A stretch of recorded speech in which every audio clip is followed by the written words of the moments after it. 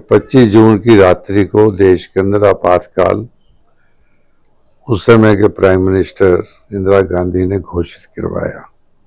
25 जून के अंदर ही 26 जून प्रातःकाल ऐसा हुआ, मैं स्वयं रोहतक में था, एक कैंप लगा हुआ था, तो रात को ही हमें पुलिस ने घेर लिया वहाँ कैंप को, वैश कॉलेज रोहतक। संघ की शक्ति को देखकर जयप्रकाश जी का विश्वास हुआ कि संघ इस मूवमेंट के अंदर सफल होगा, सफल कराएगा, इसका हमें विजय दिलाएगा। आज संघ कदमों दिन प्रतिदिन कदम पर कदम बढ़ता हुआ, जो छोटा बीज था कभी 1925 के अंदर नागपुर के अंदर, आज एक बट वृक्ष बन गया है। ऐसा अपना संघ का काम। आप सभी को नमस्कार। जैसा कि आप सबको पता है 25 जून 2025 को जो आपातकाल का काला दिवस, उसके 50 साल होने जा रहे हैं। उस दौरान देशभक्तों पर किस तरह बर्बरतापूर्वक जो अत्याचार किए, जो इस अत्याचार के साक्षी रहे, आज हम आपको एक ऐसे व्यक्तित्व से मिलाने जा रहे हैं जिन्होंने इस अत्याचार को झेला। आज हम सबके मध्य उपस्थित हैं परम आदरणीय प्रेमचंद्र गोयल जी, जो उस दौरान आपातकाल के दौरान जो रहा व्यवहार, उन क्रूर व्यवहार को झेलते हुए और किस तरह से आम पब्लिक को, आम लोगों को जागरूक किया, तो आइए जानते हैं। जी सर, नमस्ते सर। नमस्ते जी। सर, आज से ठीक 50 साल पहले जी जो हुआ था अत्याचार, जो जिस तरह से हुआ, क्या उसके पीछे की मंशा रही और किस तरह से राष्ट्रभक्त, जो देशभक्त लोग थे, उन लोगों को बंद कर दिया गया, तो कैसा अनुभव उस टाइम में रहा होगा? आप एक बार हम सबका मार्गदर्शन जरूर करें इसमें। ऐसे भाई, वैसे तो बहुत लोग जानते हैं बड़े बड़े कि 25 जून की रात्रि को देश के अंदर आपातकाल उस समय के प्राइम मिनिस्टर इंदिरा गांधी ने घोषित करवाया राष्ट्रपति के पास जाकर, क्योंकि उसके मन में ये भय था कि मैं आगे चुनाव में जीत नहीं सकूंगे और इसलिए मेरा कालखंड जो है प्राइम मिनिस्टर का वो खत्म हो जाए। तो इमरजेंसी लगाकर आपातकाल जो लगाया, तो उससे सबसे बड़ा मुख्य जो उसके विरोध का कारण बना, वो राष्ट्रीय स्वयंसेवक संघ बना, क्योंकि संघ प्रत्यक्ष मैदान पर है, शाखें लगती हैं, इसलिए।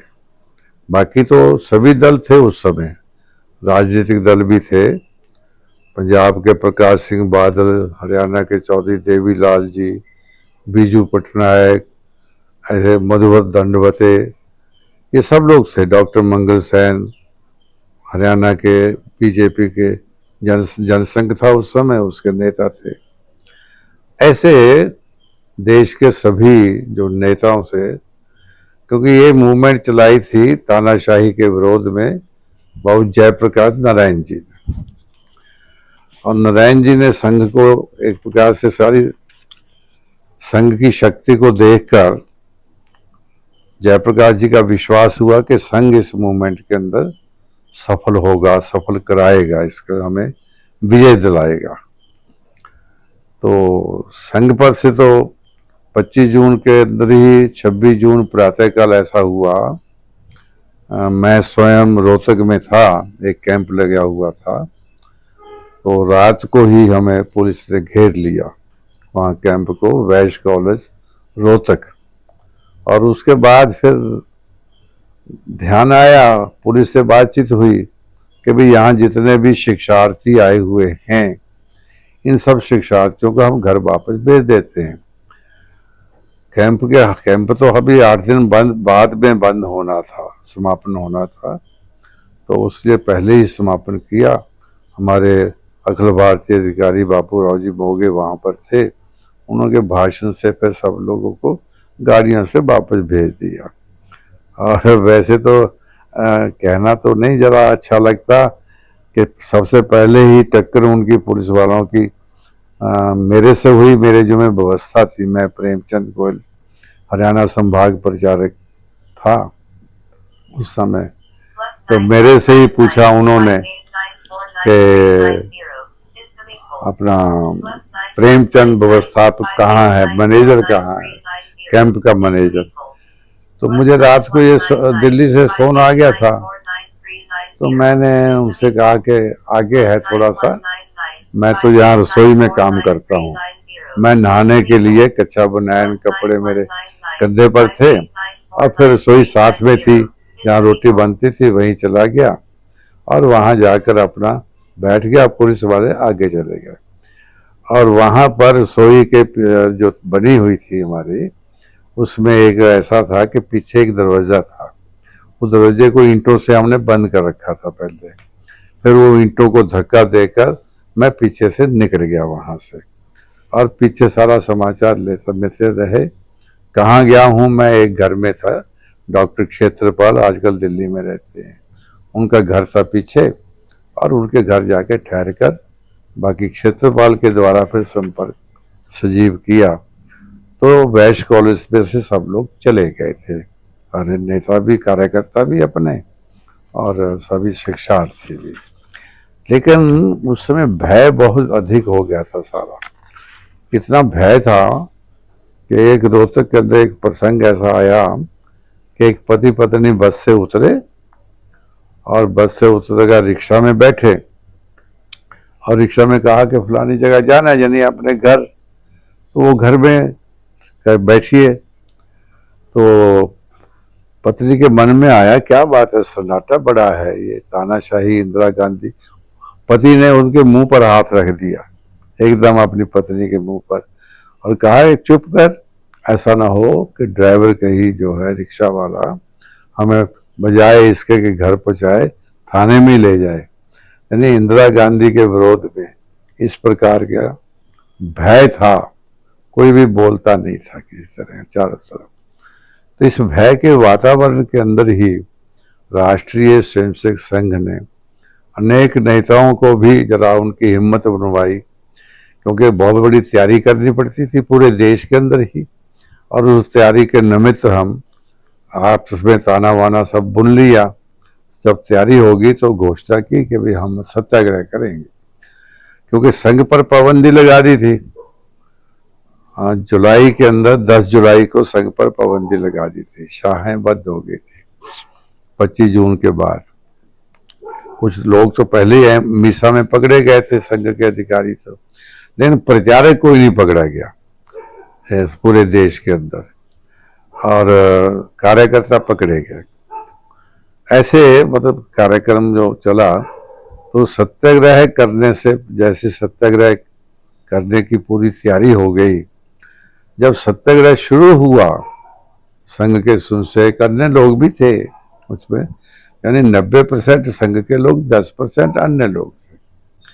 उनके माध्यम से जब जेलों में गए, तब जेलों के अंदर जो पहले नेता पकड़े हुए थे, जिनके मन में ये भय था कि हम शायद वापस बाहर जा ही नहीं सकेंगे, ऐसा लगता है, तो ऐसे सब लोगों को एक विश्वास हो गया कि अब बाहर कोई है। तो सत्याग्रह करने वाले छोटे विद्यार्थी भी थे, बड़ी उम्र के भी थे। तो ऐसे जेलों के अंदर और ऐसे पूरे सत्याग्रह के अंदर जेलों के अंदर एक ऐसा वातावरण बन गया, अंदर खुशी का थोड़ा सा, कि भी ठीक है थोड़े कष्ट हो गए।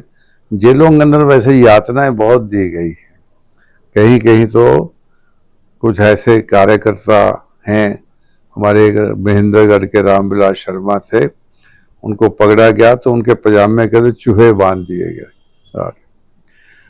बहुत ऐसे कार्यकर्ता हैं जिनको दिसंबर के महीने में बर्फ की सीलियों पर लिटाया गया, ऐसा करके। कभी कभी ऐसा होता था, पकड़ते थे और नहर में ले जाते थे, नहर में छोड़ आते थे। अमृतसर के अंदर तो लोगों को पकड़कर बॉर्डर पर छोड़ आते थे, वहां से घूमते घूमते जंगल घूमते घूमते फिर पट्टी वहां पहुंचे, किसी गांव में पहुंचे। और एक बड़ा विचित्र बात है, भगवान की कृपा से अच्छी तो नहीं है, कि एक शमशान भूमि में चिता जल रही थी, तो बहुत से विद्यार्थियों ने देखा कि जो ठंड के मारे कांप रहे थे, चिता के चारों तरफ जाके बैठ गए, तो अपनी ठंड को दूर किया उन्होंने।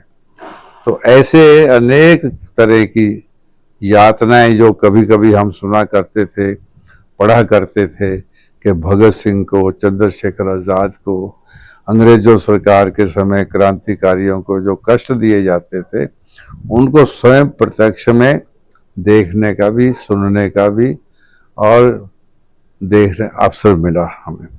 ये इस तरह का आपातकाल था। और एक बड़ा सौभाग्य रहा कि 2 बार, मैं एक बार दिल्ली से हिसार बस में जा रहा था, तो रास्ते में जिस बस में मैं बैठा था वहीं सीआईडी का आदमी था। तो सीआईडी का आदमी मैं भी जानता था, वो मुझे भी जानता था। अब मुझे लगा कि वो अकेला बैठा है, तो मैं उसके साथ ही जाके बैठ गया, क्योंकि पहचान तो गया ही था। और बैठकर हमने आपस में बातचीत जो की, मैंने कहा भाई साहब आप कहाँ जा रहे, अनजान बनकर। और उसने कहा कि हिसार जा रहा हूँ। मैं कहा अभी हिसार तो मैंने भी जाना है। अच्छी बात है, चलो। तो मुझे लगा रास्ते में महम से आगे, हिसार दिल्ली से महम, मैं सोचता रहा कि कहाँ उतरा जाए, बचा जाए, जिससे कि मैं अपने, नहीं तो पकड़ा जाऊंगा, इसने तो सूचना दे दी होगी हिसार में। तो हांसी आया। हांसी में एक गेट से बस अंदर जाती थी, एक आर्क के अंदर, सेमी सर्कल के अंदर दूसरे गेट से बस बाहर आती थी। तो जैसे ही अंदर गई तो मैंने अपने इस साथी को कहा, सरदार जी थे वो, सरदार जी मेरा थैला है, देखना जरा, मैं पेशाब करके आता हूँ। तो पीछे मुझे पता था कि एक कार्यकर्ता हमारे मिलाप चंद जी थे, उनका कपड़े की दुकान थी, रेडीमेड छोटी छोटी दुकान चीज़ों की, बस स्टैंड के पीछे थोड़ी थी, बस स्टैंड के पास ही। तो मैं जाके वहाँ खड़ा हो गया और देखता रहा कि बस चले। तो जब ड्राइवर आया 15 मिनट के बाद, उसने स्टार्ट की, तब इस बंधु ने कहा होगा कि जरा एक साथी रह गया है। तो उसने कहा भाई तुम्हारा साथी कहाँ है, देखाओ। तो मैंने देखा ये उतर कर जब पेशाब घर की तरफ जा रहा था, तो मिलने का तो कोई कारण नहीं था। तो वापस आया कि जी पता नहीं वो तो। फिर इसकी एक आवाज़ आई कि भाई जैसे कहते हैं पंछी तो चला गया, उड़ गया है। तो ऐसा करके मैं वहाँ पर एक बचा।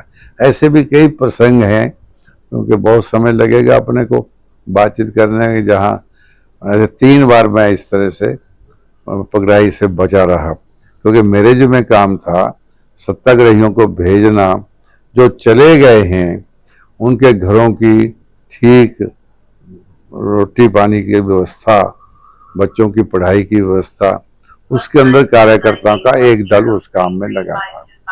तो एक दल धन संग्रह भी करता था, जो ऐसे गए हुए लोगों को पैसा देते थे। तो भगवान की कृपा से सत्याग्रह में गए हुए सभी लोग, अंदर भी शाहें लगती थी और बाहर भी शाहें लगी थी।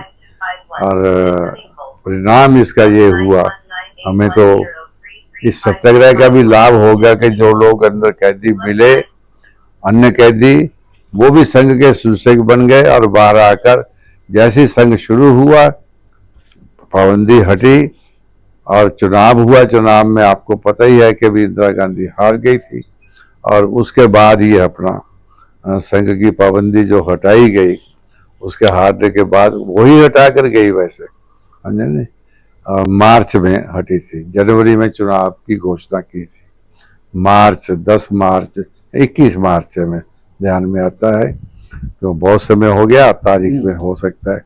एक सवाल है बाबूजी, मैं एक मुझे बुक मिली पढ़ने आपके मार्फत, कैसे भूलें आपातकाल का दंश जी। उसमें एक चैप्टर मैं पढ़ रहा था, और पढ़ते पढ़ते मैंने आपका उसमें वो पर्टिकुलर वो चैप्टर आपको ही लेकर लिखा गया है। कीलें ठोकी गई इस हेडिंग से वो है जी। एक अध्याय।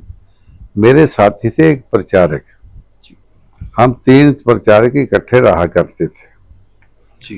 तो उस समय पुलिस ने घेर लिया हमें।